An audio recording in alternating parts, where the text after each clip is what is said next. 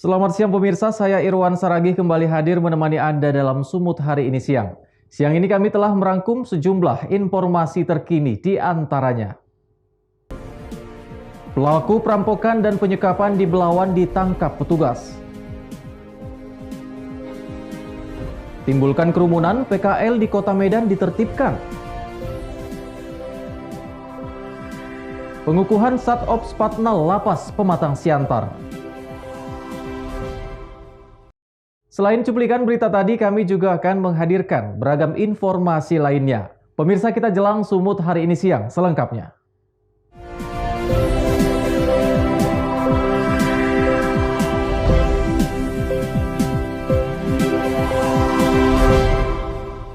Kita ke informasi pertama pemirsa. Polres Pelabuhan Belawan menangkap pelaku perampokan dan penyekapan seorang wanita. Dalam penangkapan ini petugas juga menyita sejumlah barang bukti hasil rampokan milik korban yang merupakan tetangga pelaku.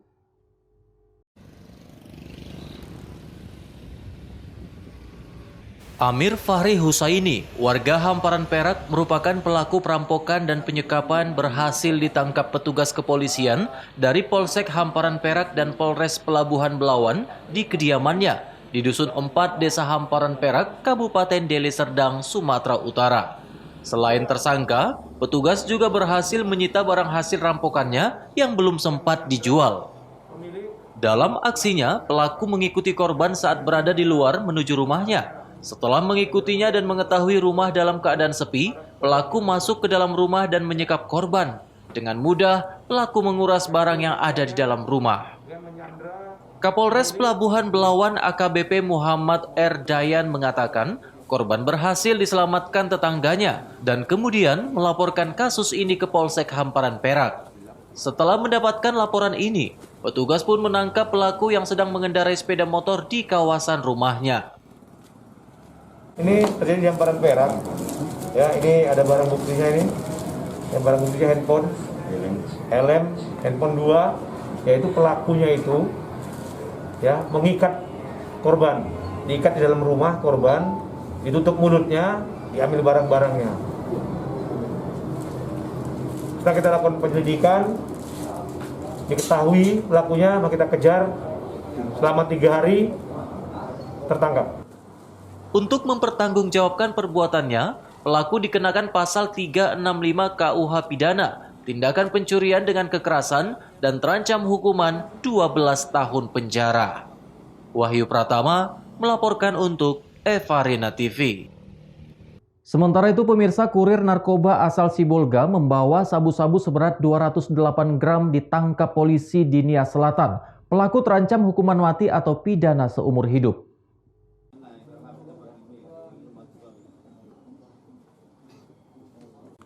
Kurir narkoba berinisial RZ, 22 tahun, warga Sibolga, Desa Mela, Kecamatan Tapian Nauli, Kabupaten Tapanuli Tengah, terancam hukuman mati.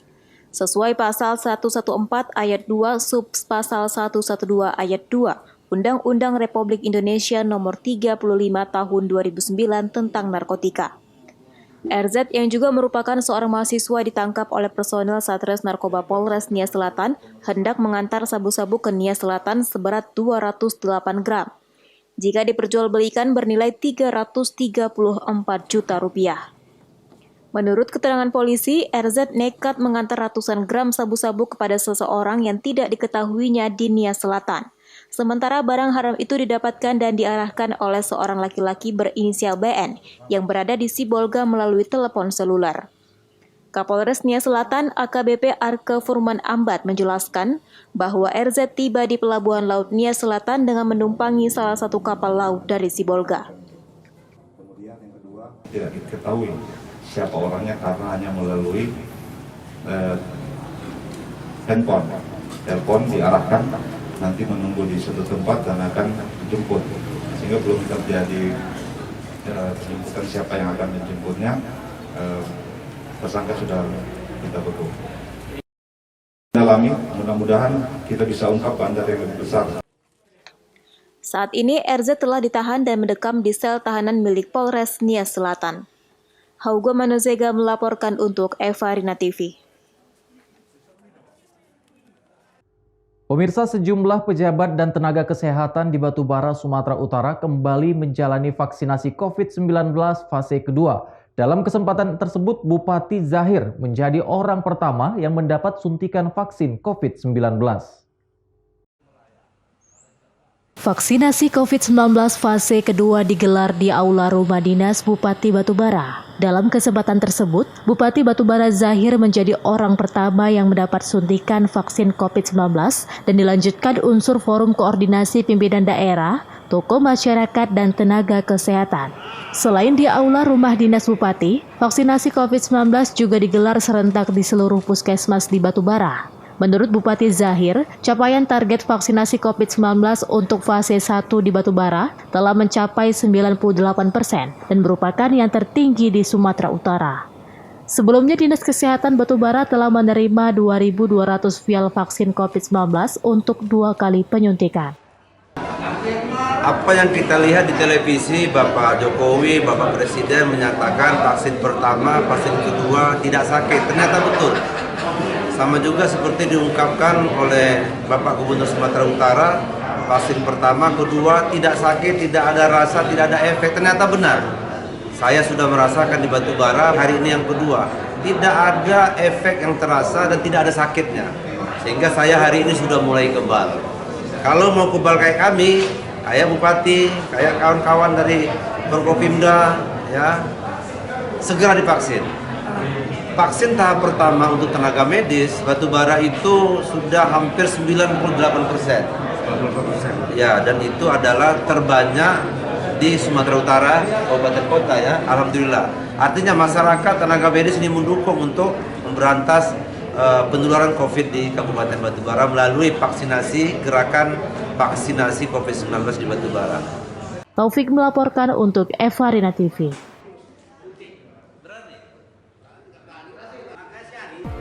Timbulkan kerumunan PKL di Kota Medan, ditertibkan petugas. Beritanya akan hadir sesaat lagi.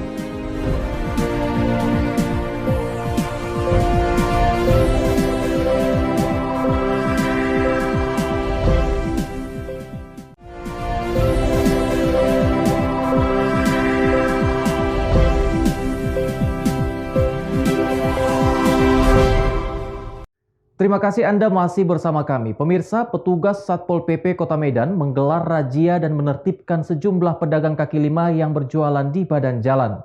Penertiban juga dilakukan karena pedagang kerap menimbulkan kerumunan yang melanggar protokol kesehatan.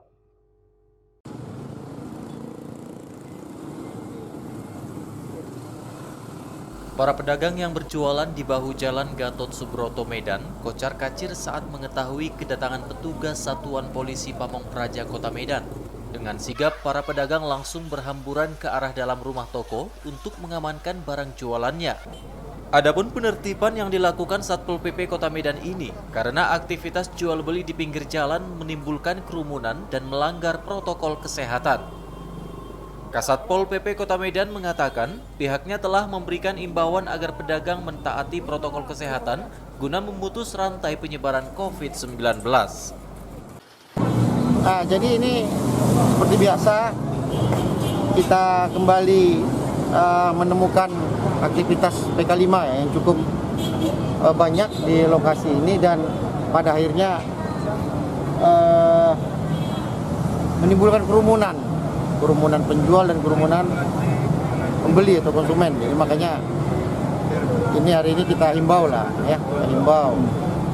Karena sesungguhnya mereka pun mampunya untuk berjualan di tepi toko mereka gitu. Tapi kenapa harus maju kan begitu kan? Nah, jadi alhamdulillah berjalan baik. Tidak hanya melakukan penertiban terhadap pedagang kaki lima, Satpol PP juga rutin melakukan razia protokol kesehatan serta razia di lokasi hiburan malam sesuai dengan peraturan pemerintah. Daniel Pekwali melaporkan untuk Evarina TV. Pemirsa, Wakil Direktur Rumah Sakit Umum Pirngadi Medan memberikan keterangan kepada pihak Ombudsman Sumatera Utara terkait insentif sejumlah tenaga kesehatan COVID-19 yang tidak dibayarkan selama 10 bulan.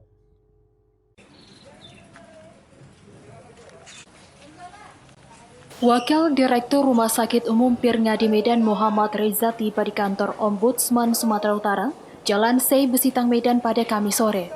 Reza dimintai keterangan selama 2 jam terkait insentif sejumlah tenaga kesehatan khusus COVID-19 yang belum dibayarkan selama 10 bulan. Usai memberikan klarifikasi, Reza mengatakan keterlambatan pembayaran insentif para nakes RS Pirngadi Medan bukan kesalahan pihak rumah sakit. Wewenang rumah sakit hanya sekedar memberikan usulan data-data nakes yang menerima honor insentif COVID-19 ke Dinas Kesehatan Kota Medan. Pembayaran insentif juga dilakukan melalui transfer dari Dinas Kesehatan ke rekening para nakes masing-masing. Yang pertama saya sampaikan bahwa Rumah Sakit Pirngadi Kota Medan hanya sebatas pengusul kepada Dinas Kesehatan karena anggaran semuanya ditampung pada OPD Dinas Kesehatan Kota Medan, jadi bukan berada di Rumah Sakit Pirngadi Kota Medan. Kemudian tahapan pencairannya juga tidak disampaikan kepada Rumah Sakit Pirngadi. Artinya Dinas Kesehatan Kota Medan menampung anggaran insentif para nakes Pirngadi, kemudian langsung mentransfer kepada tenaga kesehatan. Jadi tidak melalui rekening Rumah Sakit Pirngadi Kota Medan. Pak, terkait adanya dugaan pemotongan honor itu bagaimana Pak? Apa benar Pak? Kemarin memang kami ada disampaikan dari tenaga kesehatan yang ada di Pirngadi tidak lengkap pembayaran atau penerimaan insentif para nakes. Jadi kami klarifikasi ke Dinas Kesehatan karena kenapa ada pengurangan tidak sesuai dengan jumlah yang mereka terima. Mereka berargumen Dinas Kesehatan bahwa itu ada pemotongan pajak dari Dinas Kesehatan. Nanti bisa diklarifikasi langsung ke Dinas Kesehatan Kota Medan. Sementara itu, Kepala Ombudsman Perwakilan Sumatera Utara Abiyadi Sregar mengatakan ada dugaan tata kelola keuangan yang kurang baik hingga terjadi keterlambatan pembayaran insentif para nakes. Ternyata dugaan kita misalnya tata kelola keuangan yang kurang baik itu, saya kira ini semakin terbuka, kira gitu ya. Bahwa ternyata dana insentif itu kan prosesnya turun dari Kementerian Kesehatan, lalu kemudian ke BKAD Pemko Medan, lalu kemudian ke Dinkes. Dari Dinkes lah insentif itu ke tenaga kesehatan. Tidak ada singgah di rumah sakit. Itu. Jadi kan sudah terlihat kan, saya belum bisa menjelaskan lebih jauh ini. Kira-kira baru sampai terjadi, artinya bahwa proses pencairan itu tidak diketahui oleh Pirngadi. Diperkirakan sebanyak 250 nakes COVID-19 RS Pirngadi yang belum menerima insentif dari Dinas Kesehatan Kota Medan dengan total sekitar 1,3 miliar rupiah. Wahyu Pratama melaporkan untuk Evarina TV.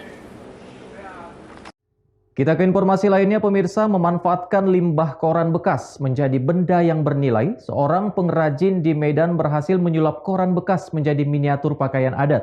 Selain bernilai ekonomis, pembuatan miniatur tersebut merupakan bentuk upaya pengrajin dalam melestarikan budaya di Sumatera Utara.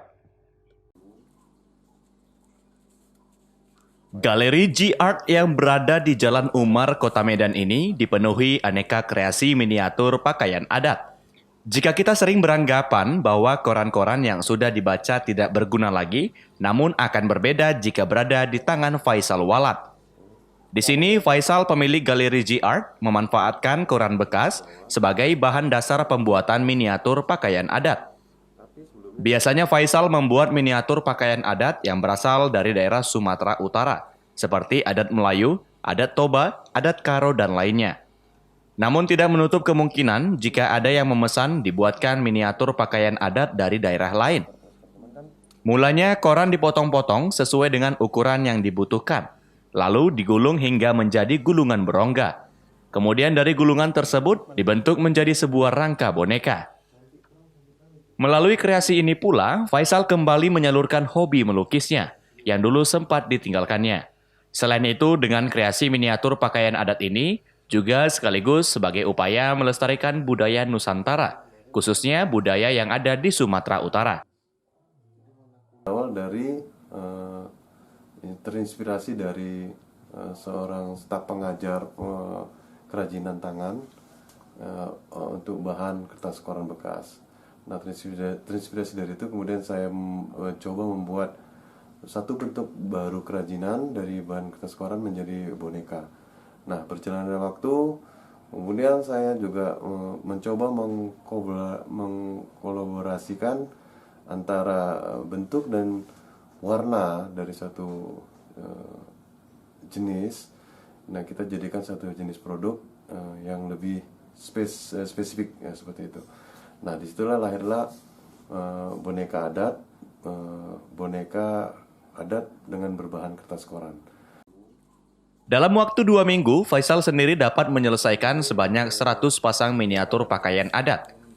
Miniatur pakaian adat berbahan koran bekas ini sudah dipasarkan melalui beberapa pameran dan media sosial dengan harga mulai Rp100.000 tergantung tingkat kesulitan dalam pembuatannya.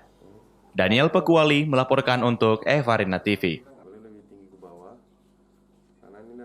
Sumut hari ini masih akan kembali dengan informasi menarik lainnya. Tetaplah bersama kami.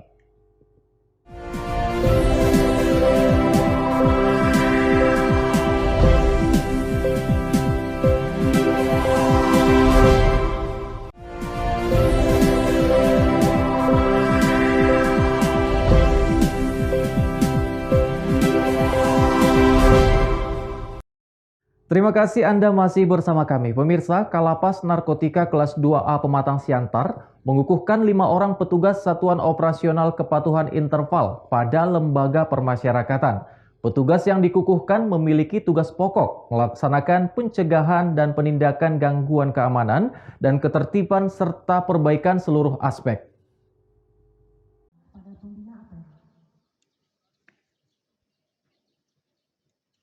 Kalapas Narkotika kelas 2A Pematang Siantar Prayer Manik mengukuhkan Satuan Operasional Kepatuhan Interval atau SatOps Patnal pada lembaga permasyarakatan pada 18 Februari 2021. Adapun apel pengukuhan yang dilaksanakan di Lapas Narkotika kelas 2A Pematang Siantar yang berlokasi di Pematang Raya, Kabupaten Simalungun, Sumatera Utara, ditandai dengan penyematan atribut dan penyerahan surat keputusan Kepala Seksi, Kepala Satuan, dan Kepala Subbagian. Dalam amanatnya, Kalapas Pematang Siantar mengatakan pengukuhan SatOps Patnal masyarakat ini merupakan tindak lanjut dan implementasi dari Surat Edaran Direktorat Jenderal Permasyarakatan. Hal ini bertujuan melaksanakan pencegahan dan penindakan gangguan keamanan dan ketertiban serta perbaikan seluruh aspek. Senantiasa berpegang teguh pada kita laksanakan pengukuhan SatOps Patnal, Satuan Operasi Kepatuhan Internal Pemasyarakatan di Lapas Narkotika Pematang Siantar. Tugas mereka ini adalah mengawasi atau memberi masukan kepada setiap satuan kerja atau setiap seksi yang ada di lapas ini. Mereka lah yang akan mengkontrol dan melakukan penggeledahan juga ke setiap warga binaan, mengecek ketersediaan bahan makanan, mengecek kedisiplinan petugas, terkait juga pakaian dinas. Mereka itu akan melaksanakan tugas seperti itu. Jadi mereka ini kita kukuhkan hari ini, yang sebelumnya juga saya sudah dikukuhkan di kantor wilayah. Diharapkan kepada petugas yang dikukuhkan senantiasa melaksanakan tugas pokok seperti deteksi gangguan keamanan dan ketertiban kepada petugas lapas serta warga binaan, memberantas narkoba, dan berkolaborasi dengan stakeholder terkait. Dosi Simarmata melaporkan untuk Evarina TV. Pemirsa, Sumatera Utara memiliki banyak sekali objek wisata yang indah, menarik, serta menawarkan pengalaman unik yang jarang dijumpai di tempat lain. Salah satu wisata alam yang harus Anda kunjungi saat berada di Sumatera Utara adalah Sungai Dua Rasa. Di sini Anda akan disuguhi sensasi unik, mandi di sungai yang memiliki air panas dan air dingin sekaligus. Objek wisata Sungai Dua Rasa ini berlokasi di Desa Negeri Sua dan Desa Negeri Gugung, Kecamatan Sibolangit, Kabupaten Deli Serdang, Sumatera Utara. Tidak seperti kebanyakan sungai pada umumnya, di tempat ini Anda akan merasakan sensasi unik saat bermain air yang mungkin tidak Anda temukan di tempat lain. Warga setempat menamai surga tersembunyi ini dengan sebutan Sungai Dua Rasa, sebab air yang mengalir di sungai ini bersuhu panas dan bersuhu dingin. Air panas dalam sungai ini berasal dari sumber air panas yang ada di sepanjang pinggiran sungai, sementara air dinginnya bersumber dari hulu sungai Lausuruwe. Uniknya, dua aliran air dingin dan panas ini tidak pernah menyatu, sehingga Anda bisa merasakan dua sensasi berbeda dengan mencoba mencelupkan kaki ke air yang panas dan kaki satunya ke air yang dingin. Sensasi ini pasti sangat jarang Anda temui di objek wisata lainnya. Pertemuan antara air panas dan air dingin di sungai ini juga memberi kesan berbeda terhadap warna air. Warna air panas sedikit memutih karena membawa sedimen belerang dan kontras dengan beningnya air sungai bersuhu dingin. Selain pengalaman mandi air panas dingin, lokasi yang berada di pedalaman Deli Serdang ini juga menawarkan pesona keindahan alam yang masih sangat asri. Anda bisa berendam sambil menikmati indahnya pegunungan dan pemandangan alam yang memanjakan mata.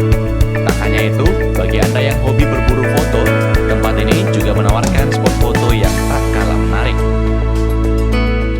Di sini sih ya bagus ya, tempatnya enak, nggak terlalu rame juga, airnya juga enak, dimana lagi ada sungai, ada air hangat, ada air dinginnya satu di satu arus sungai kan. Ya saya rasa baru di sini sih kalau di Sumatera Utara. Kalau perjalanannya tadi gimana, Bang?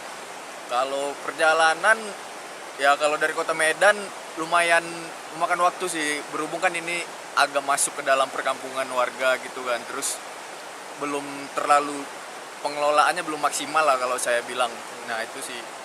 Tapi terbayar dengan terbayar, sampai sini terbayar lah, lihat alamnya kayak gini yang masih asri betul lah. Ada rekomendasi nanti bakal kemari lagi gitu, Bang?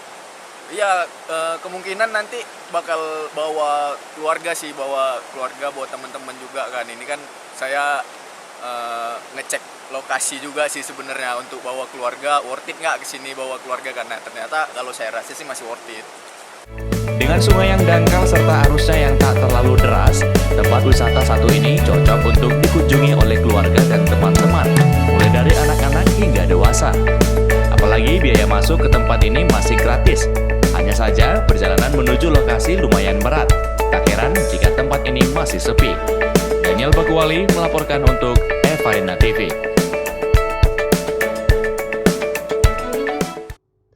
Pemirsa, informasi tadi sekaligus mengakhiri pertemuan kita dalam Sumut hari ini siang. Saya Irwan Saragih, mewakili kerabat kerja yang bertugas, pamit undur diri dari hadapan Anda. Terima kasih atas kebersamaannya dan sampai jumpa.